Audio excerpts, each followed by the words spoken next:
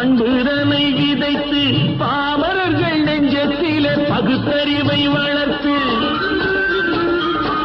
பார்முழுதும் மனித குல பண்புதனை விதைத்து பாமரர்கள் நெஞ்சத்திலே பகுத்தறிவை வளர்த்து போர் முறையை கொண்டவர்க்கு நேர்முறையை விதைத்து சீர்வளர தினமும் வேகமதை வளர்த்து பெற்ற திருநாட்டினிலே பற்றுதனை விதைக்கணும்.